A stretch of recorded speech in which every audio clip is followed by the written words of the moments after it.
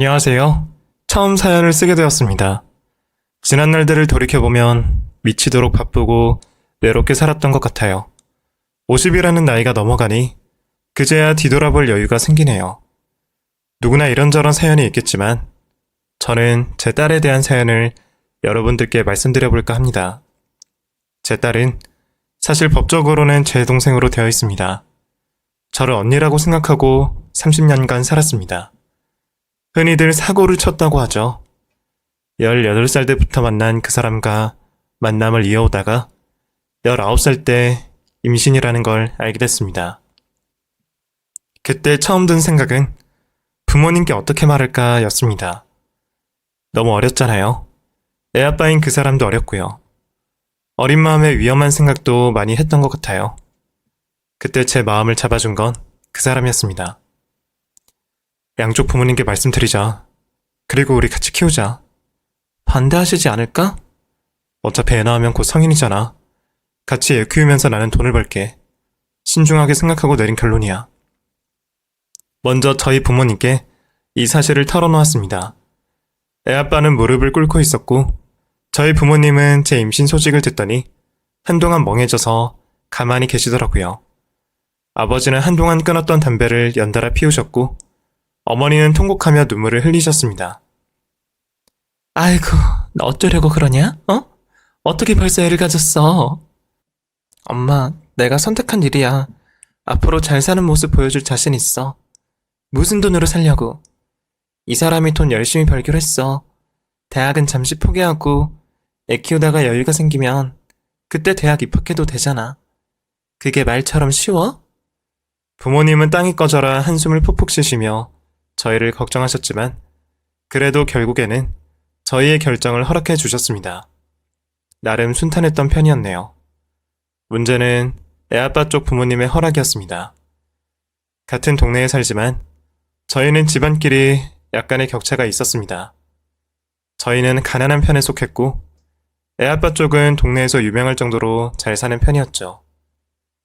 그 동네에서 2층 집 전원주택이라고 하면 모르는 사람이 없을 정도였으니까요. 만날 때야 그런 걸 신경 쓰지 않고 만났지만 막상 결혼을 허락해달라고 해야 할 때가 오니까 긴장이 되더라고요. 그 집에 들어갈 때 얼마나 떨렸는지 모릅니다. 애아빠가 조심스레 저의 임신 사실을 밝혔을 때 부모님 두 분 모두 표정이 급격히 어두워지셨습니다. 특히 어머님이 많이 노여워하셨어요. 대체 왜? 내가 그렇게 조심하라고 일렀는데 기어코 임신을 해? 엄마, 우리 결혼하고 싶어. 미쳤어? 네 나이에 결혼하면 네 인생 망치는 거야. 엄마도 20살 때 결혼했잖아. 19이나 20살이나 똑같지. 20살이 아니고 21살이거든? 그리고 그때랑 지금이랑 같아? 너 대학은 어쩌고? 대학은 30살에도 갈 수 있고 일하면서 갈 수도 있잖아. 아유, 머리야. 절대 안 돼. 절대. 그럼 나 이 사람이랑 가출할 거야. 뭐라고? 여기서 최대한 멀리 떠나서 배 타고 애 키우면서 셋이 살 거야. 지금 나 진지해. 어머님은 혼절하듯이 등을 펴기 기대셨습니다. 그리고 저에게 날카로운 목소리로 외치시더라고요. 일단 가족끼리 얘기할 테니 너는 다음에 와. 죄송합니다, 어머님. 살벌한 분위기 속에서 겨우 빠져나온 저는 며칠 동안 긴장을 하며 지냈습니다. 허락을 안 해주시면 어쩌나 싶어 초조해지더라고요. 그러던 중 어머님께서 저에게 먼저 연락을 하셨습니다. 지금 바쁘지 않으면 잠깐 우리 집으로 올래? 다시금 그 집의 분위기는 사뭇 달랐습니다. 식탁에 진수성찬을 가득 차려놓으신 채 저를 기다리시더라고요. 이게 다 뭔가 싶어 애아빠를 휘둥그레 보니 저를 보며 웃으며 속삭이더라고요. 가출하겠다고 했더니 결국 허락하셨어. 어머님은 온화한 미소를 지으시며 저에게 사과를 하셨습니다. 그땐 내가 너무 경황이 없어서 나한테 상처를 준 게 아닐까 싶어 미안하구나. 아닙니다, 어머님. 갑작스럽게 소식을 전하게 되어서 제가 더 송구스럽죠. 나도 어쩔 수 없는 부모인가 봐. 임신 소식을 들었을 때 아들 앞날이 걱정되는 걸 보니. 그래도 둘이 알아서 잘하겠다고 하니 허락을 해야지 어쩌겠어. 아이 잘 키울 자신 있어? 네, 자신 있습니다. 그래, 집은 걱정 말거라. 내가 하나 구해줄 테니까. 그러지 않으셔도 되는데. 내 손주 내가 지키겠다는데 사양 말고 받아. 그리고 한동안 생활비도 줄 테니까 그걸로 육아하고. 너무 죄송해서 어쩌죠? 대신 어딜 갈 생각하지 말고 한동안 여기서 지내. 들어보니 저쪽 단칸방집에서 산다며. 거기서 있으면 태아한테도 안 좋고 여러모로 영양이 부실할 테니 여기서 지내도록 해라. 그쪽 부모님께는 내가 말씀드려 놓을 테니 학교는 한동안 가지 않는 게 좋겠지? 어차피 곧 방학이기도 하고 고3이기도 하니까 졸업은 문제 없을 거다. 내가 그 학교 선생님이랑 상담을 해놓을 테니 걱정 말고. 정말 감사합니다. 그때까지만 해도 저는 어머님이 저를 받아주시는 줄 알았습니다. 그렇게 저는 어머님을 시어머니라고 부르며 결혼식을 생략한 합가를 시작했습니다. 매일 아침 고기 반찬도 해주시고 점심에는 디저트도 챙겨주시며 저에게 정말 잘해주셨습니다. 저도 며느리 노릇을 제대로 하기 위해 열심히 노력하며 살림도 많이 배웠습니다. 이 은혜는 꼭 나중에 갚아야지 생각하던 찰나였습니다. 하지만 어머님의 진짜 모습은 애아빠가 사라진 후에 드러났습니다. 그날 애아빠가 외출을 한다며 잠시 자리를 비울 때였습니다. 어머님은 저를 한참 떨어져라 보시더니 입을 여시더라고요. 내가 아들 앞에서는 말을 못했는데 너 진짜 낳을 생각이니? 네? 부잣집 아들 하나 일찌감치 물어서 팔자 펴볼 생각인가 본데 일찌감치 포기하는 게 좋을 거야. 지금은 아들이 가출한다면서 내 마음 들었다 놨다 해서 내가 잠시 져줄 뿐이지. 너희들 결혼까지 내가 축복해줄 거라 생각했어? 어머님, 그게 무슨 말씀이세요? 긴 말 안 할게. 애 당장 지워. 내 아들 앞길 망치지 말고 너 혼자 알아서 애 지우라고. 애 지울 돈 없다는 핑계 댈 생각하지 마. 아들 앞에서는 저를 잘 받아주는 척 하시더니 뒤에서는 저를 협박하기 시작하더라고요. 이게 대체 무슨 상황인가 싶어 당황스러웠지만 그것보다 시어머니의 태도가 너무 무서웠습니다. 마치 이중인격처럼 표정부터 확 변하는 거 있죠. 그래서 애아빠가 집에 돌아오면 몰래 제가 당했던 이야기를 해주곤 했습니다. 어머님이 나한테 애 지우라고 하셔. 어? 설마 허락하셨잖아. 여보가 자리만 비우면 나한테 와서 애 지우라고 협박하신다고. 그래? 내가 여쭤볼까? 아니, 그러지는 말고. 그러면은 또 내가 고자질한 것 같잖아. 엄마도 지금 너무 혼란스러우셔서 그래. 갑자기 며느리가 생기셨으니 얼마나 신경 쓰이고 마음이 오락가락 하시겠어. 그냥 여보가 일을 좀 해주면 안 될까? 너무 진심인 것 같아서 그러지. 소름 끼쳐서 이 집에 있기가 무서워. 내가 앞으로 잘할게. 이제 출산만 하면 우리 집도 구해주신다고 하니까 그때까지만 참자. 일단 무사히 출산하고 졸업은 해야지. 그 사람은 제가 한 말을 믿지 않았습니다. 그래서 더 답답했죠. 시어머니의 협박은 점점 더 심해졌습니다. 너 아직도 정신 못 차렸어? 애 지우라니까? 어머님, 이러시면 저도 곤란해요. 이미 배가 불러오는데 어떻게 애를 지울 수가 있어요? 그럼 입양이라도 보내든가. 어떻게 그런 말씀을 하실 수가 있어요? 손주잖아요. 네가 낳은 애는 내 손주 아니야. 어디서 굴러먹다 온 애인지 모르겠지만 고등학생 때 임신까지 했으면 말 다 했지 뭐. 막말로 그 애가 우리 아들 친자인 건 확실하긴 한 거야? 지금 제가 다른 남자아이를 임신하고 여기 들어왔다는 말씀이세요? 그건 네가 더 잘 알겠지. 나는 너를 절대로 며느리로 받아줄 생각이 없으니 그렇게 알아라. 그리고 우리 아들이 평생 네 편을 들어줄 것 같아? 걔는 내가 잘 아는데 1년이면 마음이 수십 번이고 변할 애야. 지금이야 책임진다 어쩐다 하는데 내가 장담할게. 출산하면 분명 나는 버림받을걸? 그것 또한 제 선택이겠죠. 유산을 했든 뭘 했든 핑계거리 만들어. 당장 내 아들한테서 떨어져. 이거 가지고 꺼져.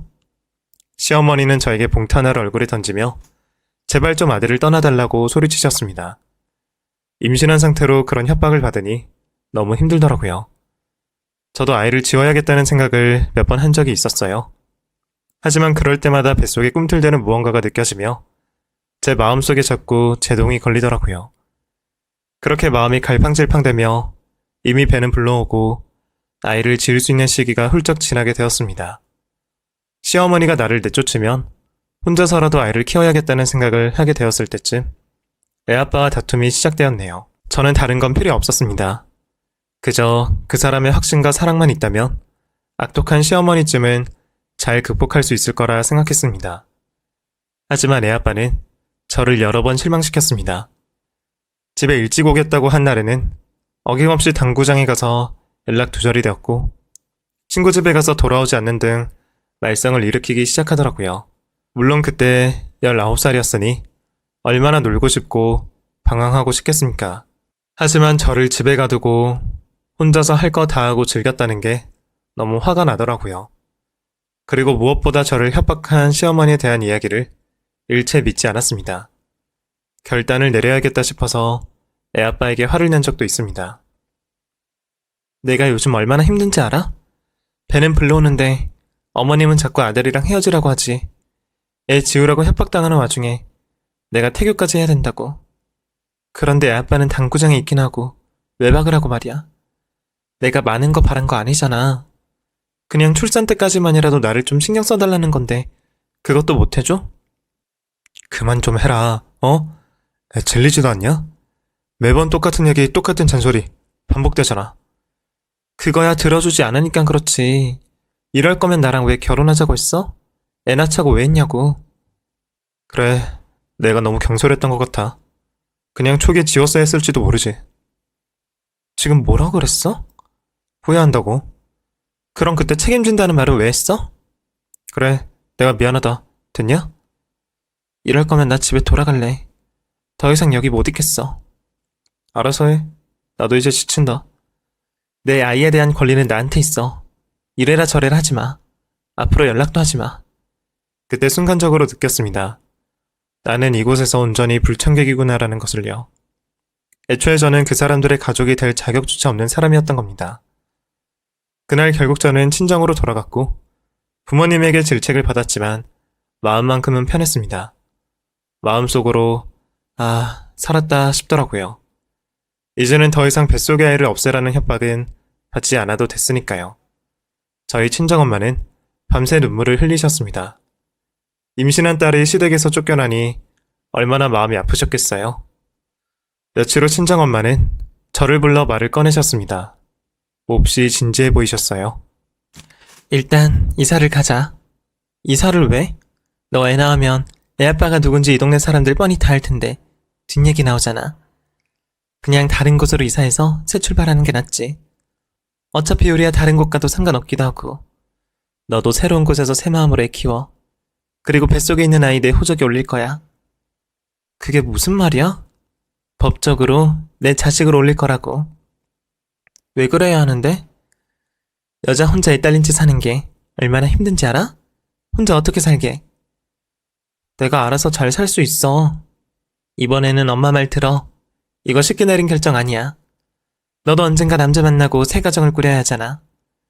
우리야 뭐 늦둥이 본다 치고 애 하나 더 생기는 거 문제될 거 없지만 너는 달라. 우리 딸 미혼모 만드는 건 절대 할 수 없어. 엄마 부탁이니 들어줘. 응? 딸의 인생에 흠집이 잡힐까 걱정했던 저희 부모님은 결국 제 아이를 자식으로 호적에 올리기로 결심하셨습니다. 그렇게 저는 가까스로 예쁜 공주님을 출산하게 되었습니다.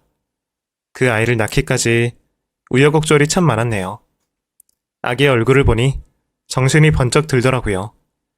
이 아이를 평생 지키기 위해서라면 뭐든지 할 수 있겠다는 결심이 절로 들었습니다. 새로운 동네에서 새로운 출발을 하게 된 저는 공장에 들어가 일을 시작했습니다. 감사하게도 아이는 저희 부모님이 봐주셨고요. 아이에게 제가 엄마라는 걸 밝히는 게 좋을까, 숨기는 게 좋을까 고민이 많았습니다. 하지만 일단은 숨기기로 했습니다. 어린아이에게 상처가 될 것 같았고 괜히 혼란만 줄 것 같았거든요. 저희 부모님도 제가 엄마인 걸 숨기자고 끝까지 주장하셨기 때문에 저는 출산과 동시에 동생이 생긴 것처럼 살아야 했습니다. 부모 가슴에 대못을 박은 자식이었기 때문에 묵묵히 아이를 키울 돈을 버는 것밖에는 제가 할 수 있는 게 없었습니다. 제 딸이 첫 단어인 엄마라는 말을 저희 친정엄마께 했을 땐 마음이 참 아프더라고요.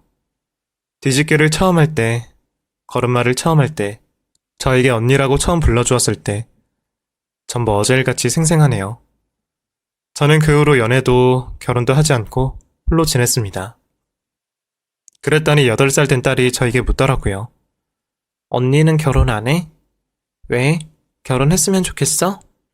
언니 친구들은 결혼했다면서. 나는 생각 없어. 남자친구도 없어? 고백 같은 거 안 받아봤어? 내 친구들도 다 남자친구 있는데. 어린 게 벌써부터 남자친구 타령이네? 너 그런 말 누구한테 배웠어? 언니도 참, 요즘 애들은 빨라서 다 알아. 우리 다은이 커서 대학 가면 그때 언니도 시집갈게. 그럼 너무 늦잖아. 언니 늙어서 시집 가게? 상관없지 뭐. 다은이는 언니가 늙어도 같이 놀아줄 거지? 생각해 볼게. 그렇게 저는 딸의 언니로 30년간 살게 되었네요. 진실을 말할 타이밍은 몇 번 있었습니다. 딸이 성인이 되었을 때, 취업을 해서 첫 월급을 탔을 때, 같이 술을 한잔하며 처음으로 진심을 털어놓았을 때, 하지만 저는 쉽사리 용기가 나지 않았습니다. 이걸 털어놓았을 때 딸의 반응을 예측할 수 없어서 더욱 망설였던 것 같아요. 어쩌면 여태껏 속인 것에 대해 배신감을 느껴 저를 떠날까봐 두렵더라고요. 그렇게 혼자 전전긍긍하며 시간을 보내던 중 딸이 결혼을 하겠다며 신랑감을 집에 데려오더라고요. 그래도 결혼 전에 진실을 말해줘야 하지 않을까 싶더라고요. 언젠간 딸이 시집을 갈 때 지어줘야겠다 생각하고 모은 목돈이 있었습니다. 아무리 힘들고 돈이 쪼달려도 그 적금만큼은 절대로 깨지 않고 있었죠. 그걸 전부 인출해서 봉투에 담아 딸에게 주었습니다. 언니 이게 뭐야? 별건 아니고 그냥 너 시집갈 때 쓰라고. 뭐 이렇게 많이 넣었어? 부담 갖지 말고 가져. 결혼하면 돈이 많이 드는 법이야. 아무리 그래도 이 큰 돈은 너무 부담스러워서 못 받겠어. 언니 여태껏 나를 위해 희생하며 살았잖아. 나 때문에 일도 못 그만두고 대학 등록금도 대신 내줬잖아. 내가 보답해야 될 차례인데 왜 자꾸 퍼주기만 해. 나는 그렇게 사는 게 행복하니까. 언니도 언니 인생 살아야지. 언제까지 어린 동생 뒷바라지하면서 살 거야. 다은아, 있잖아. 오늘따라 왜 이렇게 분위기를 잡아? 무슨 할 말 있어? 내가 너한테 차마 말하지 못한 사실이 있어. 뭔데? 놀라지 않을 자신 있어? 일단 들어보고. 이 말을 어떻게 꺼내야 할지 잘 모르겠어. 이 선택이 맞나 싶기도 한데. 아무래도 너가 시집을 가서 아이를 낳고 이런저런 일들이 생기기 전에 진실을 말해줘야 할 것 같기도 하고. 부모님도 지금이 타이밍이라고 생각하시더라고. 그러니까 진실이 뭔데? 너는 내가 언니라고 생각하고 살았잖아. 그런데 언니가 아니야. 그럼 뭐 엄마라도 된다는 말이야? 그게 농담한 건데 표정이 왜 그래?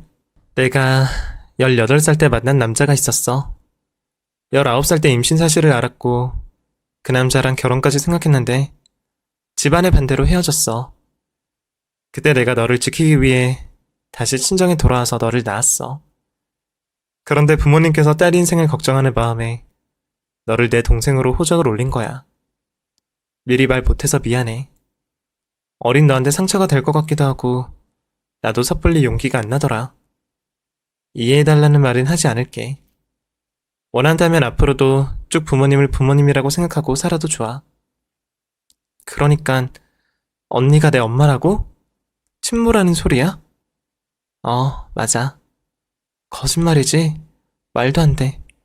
어떻게 30년을 날 속일 수가 있어? 증거 있어? 내가 언니의 친딸이라는 증거 있냐고. 속이려고 한 건 아니고 혼란스러울까봐. 그제야 저는 30년간 숨겨두었던 저의 만삭 사진, 친부와 찍었던 사진 등을 딸에게 보여주었습니다. 딸은 한참 동안 입을 벌리고 멍하게 있더라고요. 이해를 바라고 한 말은 아니었습니다.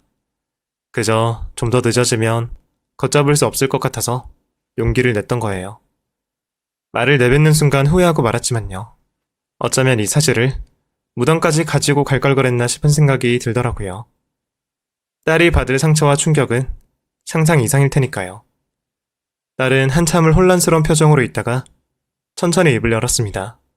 가족 모두가 날 속인 거네? 미안해. 하지만 어쩔 수 없는 선택이었어. 그래서 뭐? 나더러 이제 엄마라고 불러달라고? 그런 말은 아니야. 그저 알아야 할 것 같아서 알려주는 것 뿐이야. 사실은 나도 이게 맞는 건지 모르겠지만 그냥 묻어두지 그랬어. 나 지금 엄청나게 혼란스러워. 그럴 거라 생각해. 나 혼자 생각할 시간이 필요해. 밖에 나갔다 올게. 어디 가려고? 이 밤중에 위험하잖아. 내가 알아서 할게. 일단 진정하고 나랑 얘기 좀 해. 지금 이 상황에서 내가 진정하게 생겼어? 딸은 한참을 펑펑 울었고 그 모습에 저도 같이 울었습니다. 그렇게 딸은 저와 잠시 서먹해졌습니다. 30년 동안 언니라고 생각하고 살았던 사람이 사실은 엄마였고 30년 동안 부모님이라고 생각한 사람들이 알고 보니 할아버지, 할머니였다니 얼마나 충격적이겠어요. 저는 딸에게 제 마음을 조금이라도 표현하고자 그때부터 매일 편지를 쓰기 시작했습니다. 어느 날은 공책만한 두께로 편지를 쓰기도 했고 어느 날은 밤을 새며 편지를 쓰기도 했죠. 그동안 제가 느꼈던 감정, 딸을 뱃속에 품으며 어떻게 살았는지에 대해서 아주 자세한 이야기를 편지 안에 모두 담아냈습니다. 많이 혼란스럽고 궁금한 것도 많을 테니 최대한 구체적으로 적어내기 시작했습니다. 그리고 편지 끝에는 저의 진심을 담았습니다. 내가 얼마나 너에 대해서 진심인지에 대해서 최대한 표현하려고 노력했습니다. 편지를 적어낸 지 몇 달이 지날 무렵 딸은 다행히도 마음을 진정시키고 다시 예전처럼 돌아왔습니다. 그게 얼마나 감사했는지 몰라요. 침묵을 한참 동안 유지한 딸은 드디어 저에게 입을 열더라고요. 언니가 내 엄마든 아니든 우리가 가족인 건 변하지 않잖아? 맞아, 변하지 않아. 그런데 나 때문에 아직까지 시집도 못 가고 있었던 거야? 못 간 건지 안 간 건지 나도 모르겠네. 그냥 마음이 안 생기더라. 그런 거라면 나 신경 쓰지 말고 연애도 마음껏 하고 시집도 가고 그래. 내가 볼 때 언니 지금 나이보다 20살은 어려 보이거든? 충분히 남자 만날 수 있어. 그런데 내 친부라는 사람이랑은 아직 연락하고 있어? 그때 이후로 연락이 또 끊겼어. 듣기로는 유학을 갔다고 들었는데 몇 번 전화해봤더니 번호가 바뀌어 있더라. 그냥 말 그대로 인연을 끄는 거네? 나 찾아온 적은 없어? 애석하게도 없어. 냉정하네. 언니도 많이 힘들었겠다. 아니, 엄마도 많이 힘들었겠네. 힘들어도 상관없었어. 소중한 딸이 함께 있으니까 다 괜찮았어. 딸에게 처음으로 엄마라는 단어를 들었던 그날 쉴 새 없이 눈물이 흐르더라고요. 어쩌면 평생 동안 그 말을 들을 수도 없겠다는 생각에 슬퍼진 적도 많았는데 결국엔 듣게 되어 감격스러웠습니다. 이제는 소원이 없었습니다. 그저 딸이 결혼해서 행복하게 가정을 꾸려 잘 산다면 제 임무가 다 끝난 거니 후련할 것 같았습니다. 딸의 결혼 소식을 친부에게 전달을 해줘야 하나 살짝 고민하긴 했습니다. 원망과 미움이 더 많았지만 그래도 어떻게 살고 있나 궁금하긴 하더라고요. 하지만 연락할 방법도 건너 아는 지인도 없는 마당에 이 소식을 들려줄 수가 없었습니다. 어쩌면 그 사람은 가정을 이뤄 자식을 낳고 행복하게 살고 있을지도 몰랐죠. 제가 연락을 한다면 그때처럼 또 불청객이 될 게 뻔하잖아요. 지나간 사람은 그냥 지나가게 내버려두는 것이 현명하겠다 싶었습니다. 그래도 가끔씩 예전 시모가 생각나는 건 어쩔 수 없더라고요. 저에게 아이를 지우라고 협박한 그때, 그 순간은 평생이 가도록 잊혀지지 않았습니다. 만약 그때 아이를 지웠더라면 지금 이 행복을 느끼지 못했을 거잖아요. 저는 여태껏 제 딸을 낳은 걸 후회한 적이 단 한 번도 없습니다. 반대로 딸을 낳지 않았더라면 어쩔 뻔했나 싶을 때가 많았죠. 그렇게 딸에게 고백을 하고 난 뒤 얼마 지나지 않았을 때였습니다.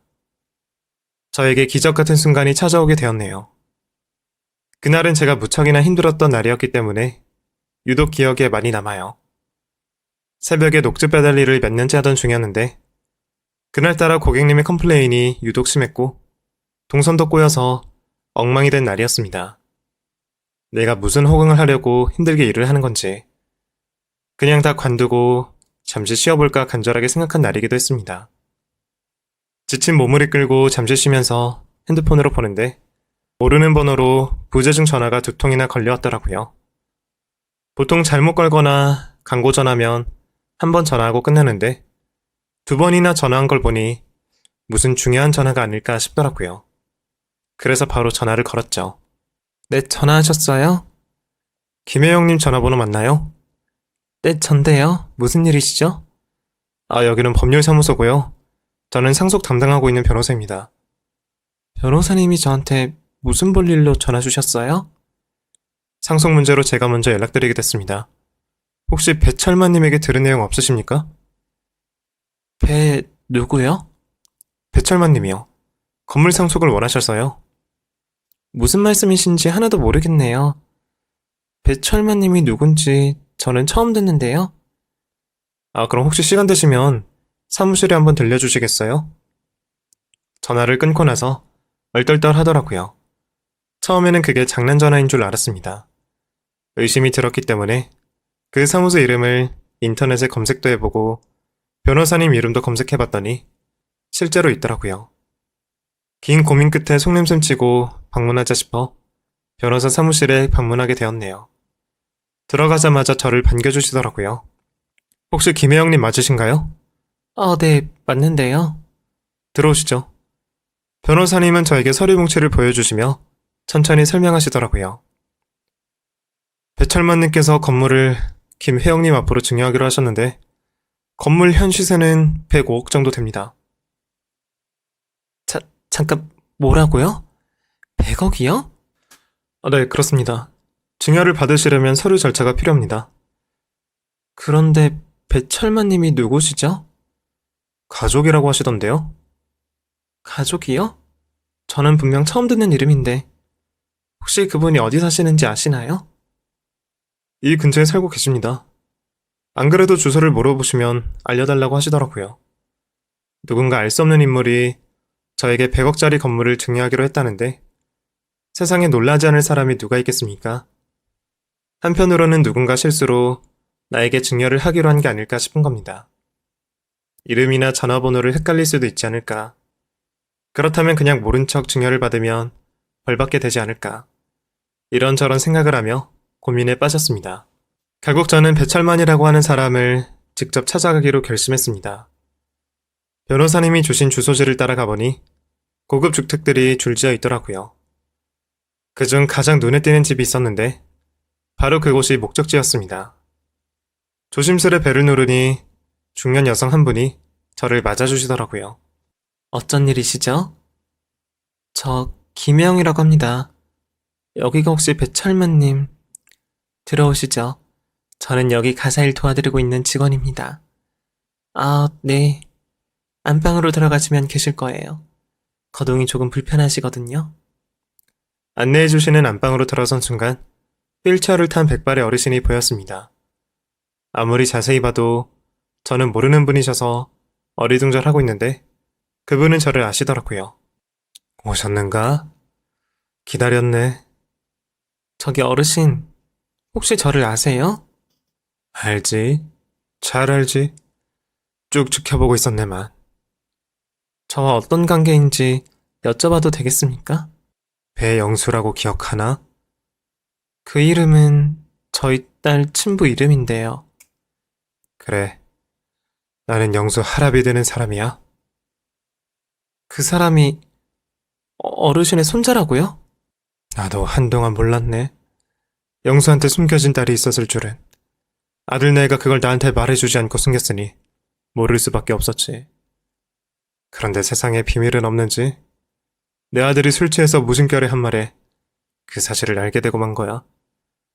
나름 핏줄이라고 신경이 쓰여서 몰래 뒤에서 어떻게 사는지 알아보곤 했네. 그런데 어르신, 왜 저한테 건물을 증여하기로 하셨어요? 사실 그때 이후로 저희는 남남처럼 지냈고 제 딸은 호적상 제 딸도 아닌걸요? 보통이라면 자식이나 손주에게 건물을 증여하시는 게 맞지 않나요? 내 나이 100살이 다 되었는데 이제 남은 게 아무것도 없네.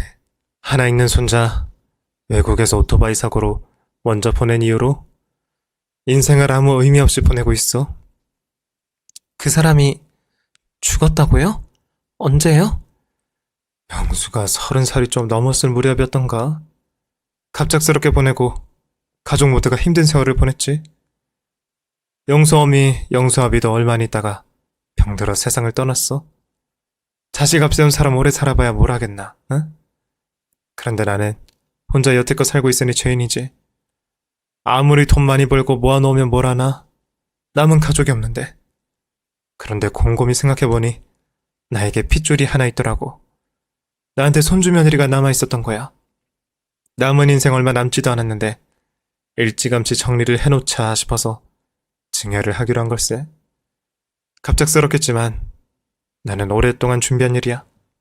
제 딸의 친부가 여태껏 가정을 이뤄 잘 살고 있을 거라는 건 제 착각이었습니다. 그 사람은 이미 이 세상 사람이 아니었던 거예요. 그뿐만이 아니었습니다. 저에게 아이를 지우라고 협박한 시어머니까지 세상을 떠나게 되셨습니다. 미운 마음이 컸던 사람들이었지만 막상 그 소식을 듣게 되니 마음이 아프더라고요. 차라리 행복하게 잘 살고 있었더라면 욕이라도 하지. 그렇게 허무하게 가버렸다는 소식을 듣고 저도 눈물을 흘리고 말았습니다. 어르신은 제 눈을 바라보시며 말을 이어가셨습니다. 그동안 혼자 키우느라 너무 고생이 많았네. 힘들었지? 아니에요, 어르신. 저는 너무 행복했습니다. 제 딸이 있어서 지금까지 열심히 살 수 있었어요. 그 아이가 없으면 제 삶의 의미가 없어요. 정말 미안한 얘기지만 딱 한 번만 만날 수 있을까? 안 그래도 곧 결혼을 앞두고 있습니다. 아주 좋은 사람 만났어요. 그 후로 제 딸을 데리고 그 집에 어르신을 만나러 간 적도 있습니다. 어르신은 다은이 얼굴을 빤히 보시며 눈시울을 붉히시더라고요. 우리 손주 얼굴이 있구만. 빼다 박았네 그래. 참 예쁘게 잘 컸죠? 이제는 내가 여한이 없어. 어르신은 오래된 장롱 속에서 사진 앨범을 꺼내서 제 딸의 친부 어렸을 적 사진을 하나씩 보여주셨습니다. 그 사람의 19살 때의 모습을 다시 보니까 그때의 감정이 생생하게 느껴졌고 20살, 25살 점점 나이가 드는 그 사람의 얼굴이 새삼 낯설게 느껴지더라고요. 저의 딸의 얼굴을 볼 때마다 그 사람을 떠올린 적이 많았습니다. 크면 클수록 친부 얼굴을 닮아가더라고요. 어린 시절 제 딸이 농담 삼아 나는 왜 엄마도 안 닮고 아빠도 안 닮았어? 라고 물어볼 때마다 저는 제 손에 남아있는 그 사람의 사진을 들여다보곤 했습니다. 그리움이라기엔 미움이 너무 컸고 만약 미움이라고 하기엔 또 아닌 것 같은 감정이 있었습니다. 이제는 정말로 사진으로밖에 그 사람을 볼 수 없다는 사실에 허무해지기도 하더라고요. 제 딸은 그 사진들을 하나하나 눈에 담더라고요. 많은 생각이 들었는지 그 집에서 나왔을 때 저에게 물었습니다. 나를 왜 낳기로 한 거야? 많이 어렸었잖아. 나라면 자신 없었을 것 같은데. 이상하게 확신이 들더라. 설명할 수 없는 감정인데 그건 너도 임신하면 알게 될 거다. 버려놓고 연락조차 안 한 걸 보면 좋은 남편감은 아니었던 것 같네. 나라면 보란듯이 잘 사는 모습 보여줬을 거야. 더 좋은 남자 만나고 더 행복하게 살면서. 그래도 너를 갖게 해줬잖아. 이제는 다 감사해. 의문이 풀렸어. 난 아빠를 닮은 거네. 여태껏 나는 왜 부모님들 둘 다 안 닮았나 궁금했거든. 너는 네 친부보다 훨씬 더 낫지. 코도 오똑하고 눈도 크잖아. 그래봐야 붕어빵이던데 뭘. 인생이라는 게 정말 묘한 것 같아요. 모든 걸 포기하고 간두고 싶을 정도로 암담한 그 순간에 누군가 손길을 내밀어 주었으니까요. 솔직히 평생의 고생을 보상받은 기분이었습니다.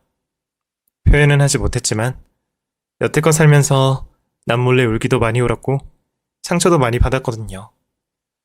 어쩔 때 나를 버린 그 사람들을 향해 복수를 하고 싶은 생각도 들었습니다. 어떻게 복수해야 내 속이 후련할까 하며 복수의 방법도 생각해 본 적도 있었습니다. 물론 생각에서 그치고 말았지만요. 그렇게 저는 처음 보는 어르신에게 건물을 상속받게 되었습니다.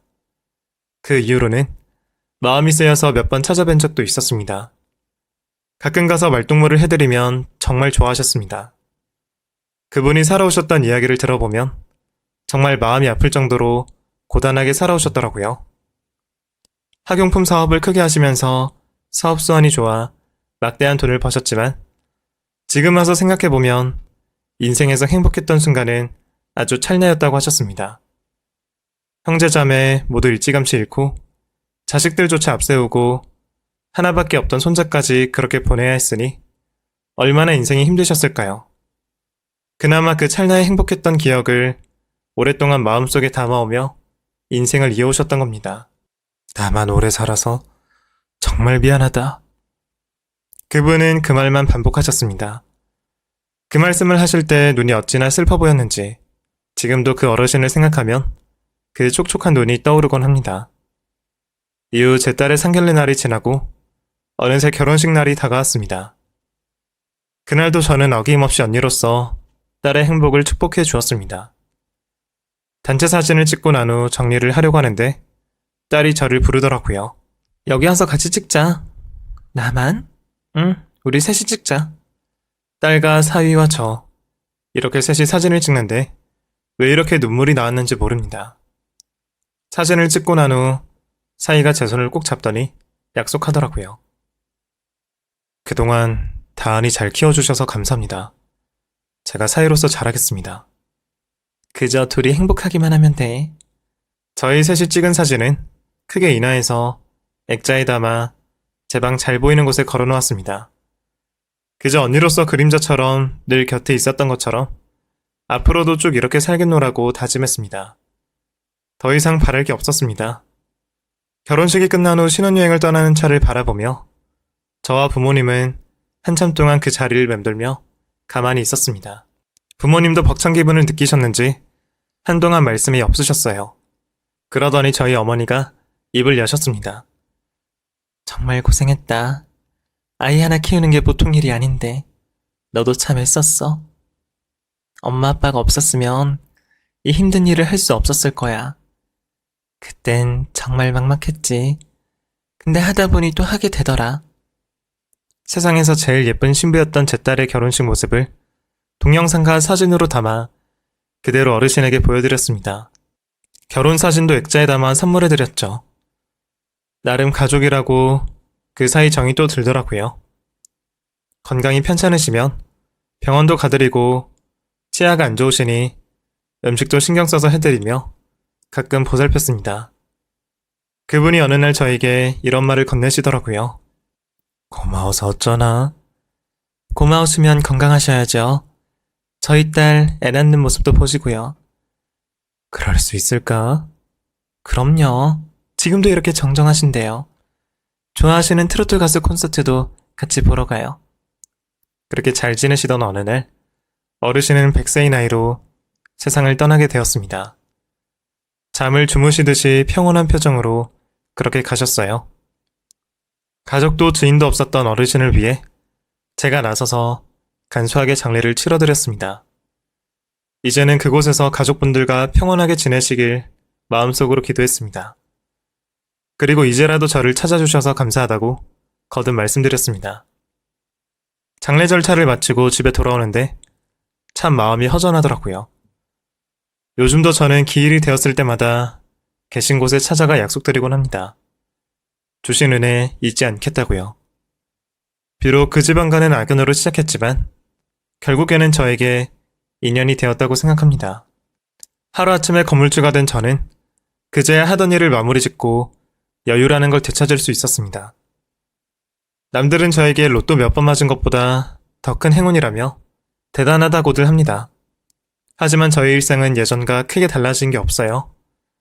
갑자기 얻은 것들은 갑자기 사라질 수도 있다는 걸 너무나 잘 알기에 항상 조심하면서 겸손하게 살아갈 예정입니다. 그래도 달마다 생활비에 쪼들려 살지 않아도 된다는 게 너무나 행복하고 좋네요. 사실 사치도 잘 부리지 않고 자랑도 잘하는 편은 아니지만 이곳에서만큼은 자랑을 좀 하고 싶습니다. 저는 이제 제가 좋아하는 취미생활 하나쯤은 하고 있습니다. 예전에는 시금치를 살까 말까 손에 쥐며 결국엔 내려놓았지만 이제는 과감하게 장바구니에 담기도 한답니다. 그리고 그동안 고마웠던 사람들에게 보답을 할 여유가 생겼네요. 특히 저희 부모님이 제 딸을 키우느라 너무너무 고생이 많으셨는데 이제야 효도를 하게 되네요. 너무 늦었지만 앞으로 최선을 다해 부모님을 돌봐드릴 예정입니다. 저희 부모님은 아직까지도 제가 시집을 가지 못한 것에 대해서 한탄하시곤 합니다. 나이 50이 넘어도 부모님 눈에는 그저 애처럼 보이나 봅니다. 한번 갔다 온 남자도 괜찮으니 저더러 적극적으로 상대를 찾으라고 하시네요. 하지만 저는 이렇게 사는 것도 참 좋은 것 같아요. 남자 없이 30년 넘게 살았는데 앞으로 못 살 게 뭐가 있겠어요. 여러분들의 최고의 날들은 언제인가요? 저는 바로 지금인 것 같습니다. 우리 딸 잘 키워서 시집 보내고 마음의 여유까지 생긴 지금이 가장 행복합니다. 살다 보니 이런 날들이 오는구나 싶네요. 아무리 힘들어도 포기만 하지 않으면 언젠가 해 뜰 날이 온다는 거 꼭 기억해 주셨으면 좋겠습니다. 그리고 무엇보다도 건강이 우선이라는 거 잊지 말아요. 이 나이쯤 되니까 주변에 하나둘씩 건강이 안 좋아지기 시작하더라고요. 여러분들의 인생을 응원하며 사연을 마치도록 하겠습니다. 저는 앞으로도 제 딸의 행복을 위해 열심히 살아갈 예정입니다. 지금까지 사연 읽어주셔서 너무 감사드립니다. 안녕히 계세요.